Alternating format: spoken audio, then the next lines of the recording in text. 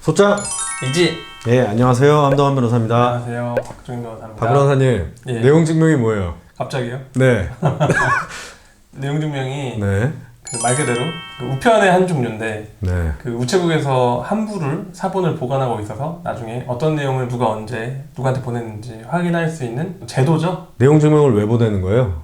일반적으로 사람들이 그러니까 최후 통첩, 선점포고 이런 용도로 쓰잖아요. 그래서 보내는 사람이나 받는 사람이나 그런 의미로 받아들이죠. 그러니까 압박을 하기 위해서 보내는 경우가 제일 많죠. 저희 법무법인 같은 경우도 많이 보내는데 그거는 주로 상대방이 받은 날짜를 확인할 수 있으니까 네. 그래서 보내죠. 카톡은 1에서 0으로 바뀌면 받았구나 하는데 문자 메시지는 네. 그것도 잘 안 되고 카톡 상대방이 안 보고 1 계속 내줄 때 있잖아요.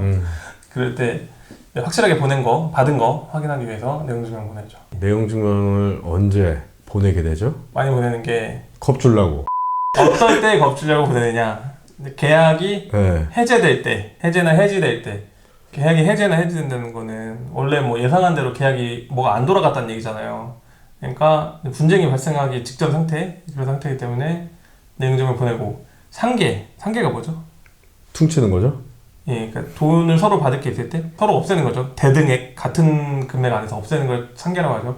그것도 중요한 의사표시라서 내용 증명을 하고 또 법적으로 해야 되는 게 채권양도. 채권양도 하면은 채무자 입장에서 그러니까 채권자가 바뀐지 모르잖아요. 채무자한테 채권자가 바뀌었다는 걸 알려주려면 내용 증명을 보내고 요새 많이 하는 거는 임대차 갱신하거나 아니면 갱신 거절하거나 할 때 일반인들도 많이 보내죠. 이거는. 그리고 저 내용 증명 많이 보내는 건 시효 중단. 임금 청구 소송을 저는 많이 하는데 임금 소멸시효가 3년이에요. 되게 짧죠. 그래서 내용 증명을 보내면 상대방이 받은 날로부터 6개월 동안 시효가 중단된다 그러는데 일반인식으로 말하면 연장되는 거죠. 시효가. 그래서 시효 연장시키기 위해서 보내고 뭐 이 정도죠. 내용 증명 보내는 방법에 대해서 말씀 좀 해주시죠. 편지인데 똑같은 편지를 3장을 가져가야 돼요. 그래야지 상대방한테 하나 보내고 하나는 저한테 돌려주고 보내는 사람한테 돌려주고 하나는 우체국에서 보관을 해요. 그래서 3장을 가져가야 되고 뭐 한 장을 만들어서 도장을 찍어서 복사기에 돌리든지 아니면은 프린트하는 거면은 탭으로 아예 프린트를 하든지 이러면 되고 수신인, 발신인 이런 이름을 적어줘요. 그냥 편지는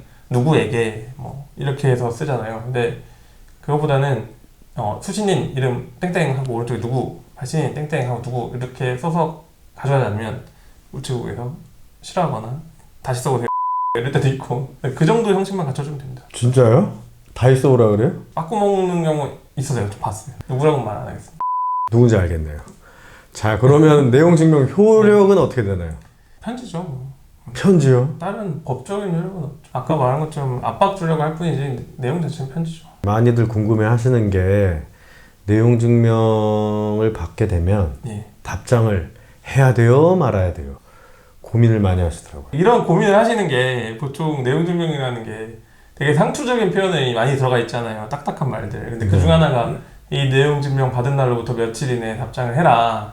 아니면 뭐 2021년 5월 1일까지 답장을 해라. 안 그러면 셋 중 하나죠. 소송한다, 고소한다, 아니면 어떠한 사실을 인정한 걸로 간주하겠다. 뭐 이런 언제까지 뭘 해라 요구사항을 적어서 보내거든요. 그러니까 그걸 받으면 특히 보낸 사람이 법무법인이고 법무법인 도장시켜있고 이러면 답장을 해야 되는 거 아닌가 이렇게 생각하시는데 편지니까 편지 답장할 의무가 없죠. 하고 싶으면 하고 아니면 마는 거죠. 일반 분들은 예. 내용 증명 오면 예. 이게 무슨 소장처럼 뭐 난리가 난 것처럼 나한테 싸우자는 이야기냐 예. 뭐 이러고 더 난리가 나가지고 소송으로 하는 그냥 전 단계네요. 그렇죠. 그렇게 받아들이니까. 말씀드리고 싶은 게 내용 증명 뭐 답장을 하고 안 하고도 고민이 되면 뭐 원하시는 대로 하시면 되는데 전화하실 때 있거든요. 내용 증명 보통 전화번호 써서 보내요. 전화하시는 것까지는 좋은데 안 말려요. 말리진 않는데 전화하면 상대방이 녹음할 가능성이 있어요. 소송 당연히 전 녹음하겠어요. 상태잖아요. 전화해서 합박성의 내용 증명이면은 봐주세요, 죄송해요, 잘못했어요, 다시는 안 그럴게요 이렇게 합의 보려는 의도에서 하는 말들이 녹음될 수 있습니다. 생각은 하면서 말씀하시면 좋겠어요. 내용 증명에 대한 답변을 보내시든 예. 아니면 뭐 전화로 해서 이야기를 하시든 말 조심은 해야 될 것 같아요. 그렇죠. 특히 내용 증명으로 답신하실 거면은 문자잖아요. 문자. 말은 아이고 제가 그런 말 했나요? 아직 내가 실수로 말했나 보네. 실언이네. 뭐 이런 게 되는데 글을 실수로 쓴다는 건 잘 없어서 그래서 인정한 거는 그냥 그대로 가는 거예요. 재판 가도 그대로 다 인정되잖아요. 그래서 조심하시라. 답장을 보내든 안 보내든 선택인데 보낼 거면 아니면 전화할 거면 조심하시라. 보통 압박용으로 내용 증명을 보낸다고 하셨는데 예. 법무법인이나 변호사 통해갖고 내용 증명 보내면 효과가 배가가 되나요? 압박용이잖아요. 그러니까 압박 효과가 더 있다 그런 의미에서 뭐 계약 해지한다 아니면 임대차 갱신한다 이런 거는 순수하게 의사표시하는 거니까 큰 차이 없을 것 같고, 그거 말고 압박용으로 그러니까 나 소송할 거니까 상대방 듣기 싫은 말하지만 내심의 의사는 그냥 합의하자 뭐 그런 의도면 압박력이 조금 더 있죠. 상대방 입장에서 좀 부담이 더 되죠. 그래서 뭐 그런 의도 때문이신지 전 내용 증명 써달라 의뢰도 많이 받는 것 같고 효과는 있는 것 같습니다. 그럼 비용이 얼마나 들어요? 비용이 네. 변호사님마다 다르죠. 삐. 저는 네. 얼마를 받는데 네네. 얼마나 말씀 못 드리고 30만 원 이하 정도면 찾을 수 있더라고요. 친구한테 10만 원 빌려주신 분들 내용 증명 네. 법무의 명의로 보내세요. 감사합니다. 그러면 어떨 때 내용 증명을 보내죠? 같은 얘기 같은데 했잖아요.